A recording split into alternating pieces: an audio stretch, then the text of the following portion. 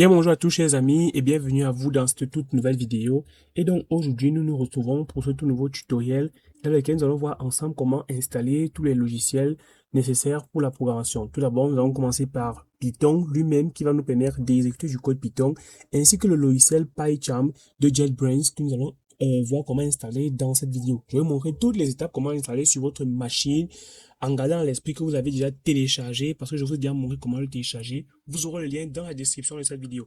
Nous allons installer cela sur notre machine Windows, donc sur un PC Windows. C'est la dernière version à jour de PyCharm en 2025. C'est la toute dernière version que nous allons installer. Donc, asseyez-vous bien, préparez-vous. Je vais aussi vous montrer en fait comment installer VS Code sur votre machine et comment exécuter un premier code. Nous allons écrire un premier code pour tester que tout marche bien. Si toutefois ce genre de vidéo vous plaît, n'hésitez pas à mettre un j'aime et à vous abonner si ce n'est pas encore fait. Avant qu'on entre dans le cas pratique directement, je tiens à remercier IPCook qui sponsorise cette vidéo. C'est mon tout nouveau partenaire avec qui je suis. IPCook, c'est une plateforme qui vous permettra juste d'avoir une adresse IP. Donc c'est un outil développé par une entreprise basée en Chine, à Hong Kong. Donc vous aurez la possibilité d'avoir une adresse IP qui vous permettra de vous masquer sur certains réseaux afin peut-être d'accéder à un site ou n'importe quoi qui n'est pas disponible dans votre pays.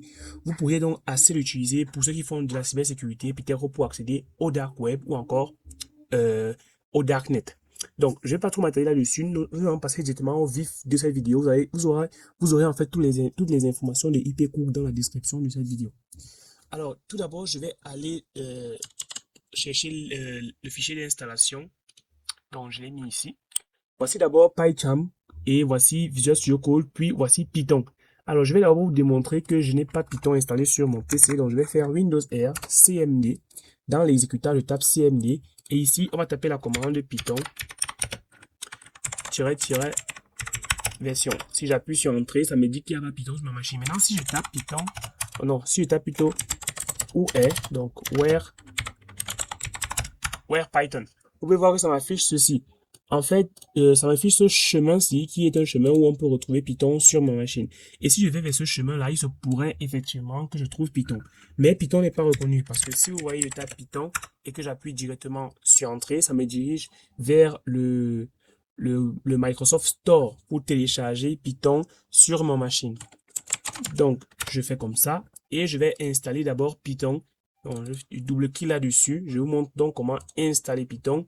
Ici, je vais cocher le Use Admin Privilege when install Python.exe et ici le Add Python X to Path. Donc, je coche les deux et je clique sur Install Now. C'est une installation vraiment classique. Ça, ici, à ce niveau-ci, je vais cocher l'option oui. Donc, comme je disais, c'est une installation classique. Donc, vous n'allez avoir aucune difficulté à ce niveau-ci. On patiente donc que le processus d'installation soit terminé. Ça va avancer en fonction de votre machine.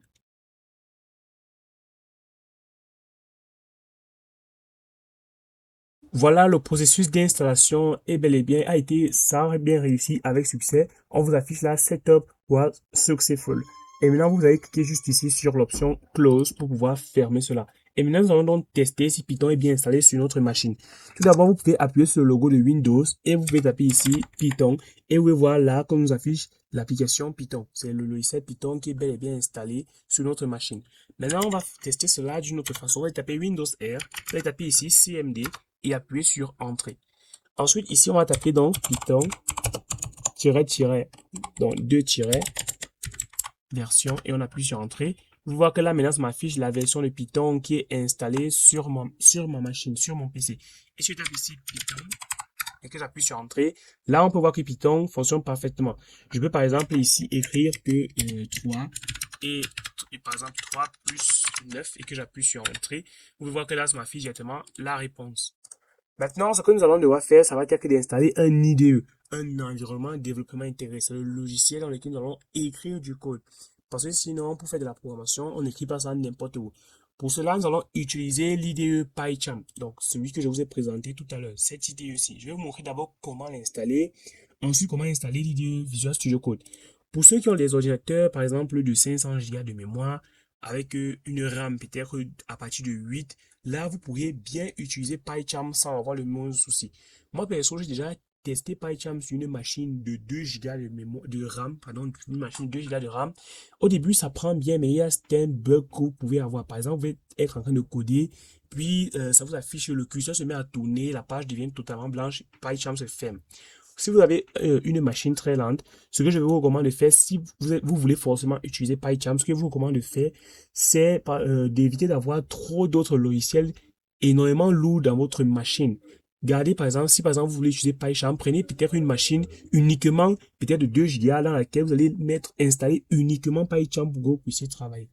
Maintenant, si vous avez une machine lente, je vous recommande donc assez aussi d'utiliser Visual Studio Code. C'est un IDE assez simple, qui n'a pas un grand poids, et etc. Par exemple, quand on clique sur l'icône de VS Code, vous pouvez voir que ça ne fait que 100 mégas, 109 mégas, pardon. Tandis que PyCharm, vous pouvez voir que ça fait 983 mégas. Donc, je vais vous montrer comment l'installer. Tout d'abord, vous double-cliquez sur le fichier d'installation que vous avez téléchargé. Pour le télécharger, ne vous inquiétez pas, je vous ai mis le lien dans la description. Vous allez voir écrit PyCharm 2. Voilà le lien et vous allez cliquer dessus. Ça va vous diriger vers le site officiel de JetBrains pour que vous puissiez télécharger PyCharm. Pour ceux qui se posent souvent la question lorsque je dis JetBrains, mais c'est quoi JetBrains?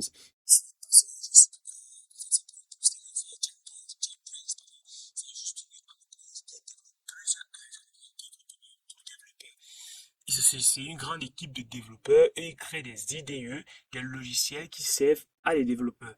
Ils ont par exemple IntelliJ IDEA, ils ont PyCharm, ils ont plusieurs autres IDE, plusieurs assez modèles d'IA. Et vous allez constater aussi que PyCharm ressemble beaucoup à Android Studio et Android Studio ressemble beaucoup à PyCharm. Donc, on a double-cliqué sur le fichier d'installation et on va patienter. Donc, c'est souvent, ça tarde souvent un peu. C'est un IDE qui est assez lourd.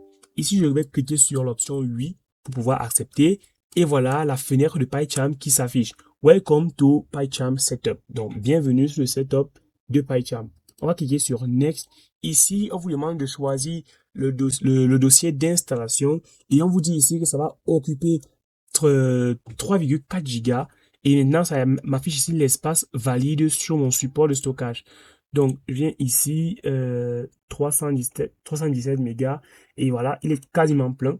Donc, je vous recommande juste de le laisser à ce niveau-ci, l'installation de base, et de cliquer sur Next. Si toutefois vous aimeriez changer, vous pouvez cliquer sur Browse comme ça et choisir l'emplacement de votre choix. Moi, je laisse cet emplacement-ci de base. Vous pouvez aussi changer le nom, n'importe quoi. Je vais cliquer sur Next. Ici, là, je vous recommande de cocher ceci si vous aimeriez créer l'icône sur le bureau de PyCharm. Par exemple, une icône comme celle de VS Code ci. Ici, c'est Update contenu, il vous commande de cocher. Créer des associations en Pi, il vous commande de cocher. Et ajouter Path Environment, je vous commande aussi de cocher ça. Ensuite, vous allez cliquer sur Next et cliquer sur Install. Donc, ça va, vous allez maintenant patienter quelques instants que PyCharm puisse s'installer. Ça va prendre un tout petit peu plus de temps en fonction de la rapidité de votre machine. Moi, par exemple, je suis sur un 16 Go de RAM, donc ça va prendre un tout petit peu de temps. Donc, il faudra patienter.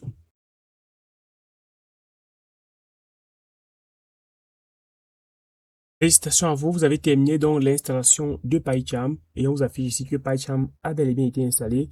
Et vous pouvez cliquer ici sur, vous pouvez cocher l'option Run PyCharm et cliquer sur Finish pour que PyCharm puisse être exécuté lorsque vous allez cliquer sur le bouton Finish. Donc, il ne nous reste plus donc qu'à patienter quelques instants pour que PyCharm puisse se lancer. Donc voilà, PyCharm qui se lance, ça affiche bien le logo de PyCharm. PyCharm 2025.2. Donc, vous voyez ici JetBrains IDES. Donc voilà, vous voyez que c'est un logiciel de la société JetBrains. Donc voilà, on va patienter quelques instants. Donc PyCharm se lance et on dit ici, on demande en fait de confirmer les conditions. Voilà, on clique là, vous pouvez lire si vous le souhaitez. On clique sur continue. Ici, vous pouvez choisir soit certaines données vont être envoyées pour pas mal de statistiques, soit normalement je vais cliquer sur Don't Send et je vais patienter quelques instants. Ici, on me propose donc, d'abord, je vais autoriser. Par exemple, voulez-vous autoriser le réseau? J'autorise. Ici, on me propose d'importer les configurations de VS Code sur mon PyCharm. Donc, moi, je vais cliquer sur Skip parce que je ne veux pas importer mes configurations VS Code sur PyCharm. Et voilà, PyCharm s'affiche comme ceci. Donc, vous voyez, nous avons cette interface-ci. Vous pouvez ici créer un script Python, un nouveau projet, ouvrir un projet existant ou encore cloner un repo GitHub. Donc un repository en fait. Moi, je vais essayer de faire quelque chose plutôt simple, de me baser sur un script. Je vais vous montrer comment lancer un nouveau script et comment aussi créer un tout nouveau projet. Donc, tout d'abord, je vais cliquer ici sur New Script et je vais patienter. Ça va me préparer l'environnement, tout le nécessaire, tout, directement pour que je puisse commencer le développement avec le langage Python. La plupart du temps, moi, je recommande souvent beaucoup aux personnes d'utiliser PyCharm parce que PyCharm a déjà un truc intégré en lui, c'est sa capacité de créer et d'activer directement votre environnement virtuel. Lorsque vous voulez lancer un tout nouveau projet sur PyCharm, on vous propose cela, on vous demande donc de créer un environnement virtuel si vous le souhaitez. Comparé à VS Code où soit vous devez taper les commandes par vous-même, soit vous devez activer l'option qui permet de créer l'environnement virtuel automatiquement pour lancer un projet.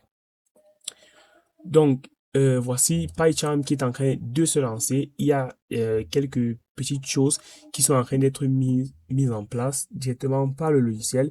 Tout ce qu'il faut faire, c'est patienter quelques instants. Que le nouveau script est lancé, ça vous génère un code de base sur PyCharm en fait. Donc, nous allons exécuter ce code ici. Je vais vous montrer ce que vous pourriez supprimer pour ceux qui sont débutants et ce que vous pourriez garder. Tout d'abord, lorsque PyCharm se lance comme ça, vous ne pouvez pas cliquer directement sur le bouton. Je vous recommande pas de faire ça. Ce que je vous recommande de faire, c'est de faire un clic droit comme ça et venir sur Run Script, tout simplement. Vous allez venir là sur Run Script pour que ça puisse exécuter le fichier script.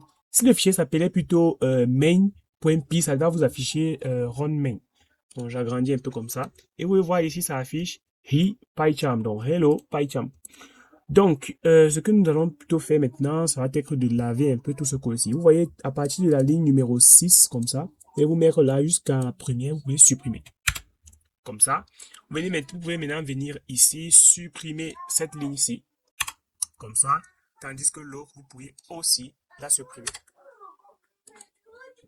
Maintenant, voilà donc quelques bases nécessaires. Maintenant, avant d'avancer un peu, je vais vous expliquer quelques petites choses que vous pourriez connaître sur PyCharm. Vous devez connaître ça. Numéro 1, comment vous pouvez faire pour zoomer dans votre code. Pour que lorsque vous puissiez faire contrôle et la molette, que ce soit avant ou arrière, vous puissiez zoomer ou dézoomer. C'est la première chose que je vais vous montrer. Tout d'abord, vous allez cliquer ici sur, au niveau de la barre du menu, vous allez cliquer sur File. Vous allez venir sur Settings, comme ça. Et ensuite, vous allez patienter, la pop-up va s'ouvrir. Vous allez venir dans l'option Editor, juste ici, vous allez aller dans General, et vous avez ici l'option Change for Size with Control plus Mouse Well In. On clique ensuite sur Apply, et ensuite sur OK. Et maintenant, si vous faites CTRL plus la molette, vous pouvez maintenant zoomer et dézoomer dans votre code. Maintenant, prochaine fonctionnalité que je vais vous montrer, c'est le terminal.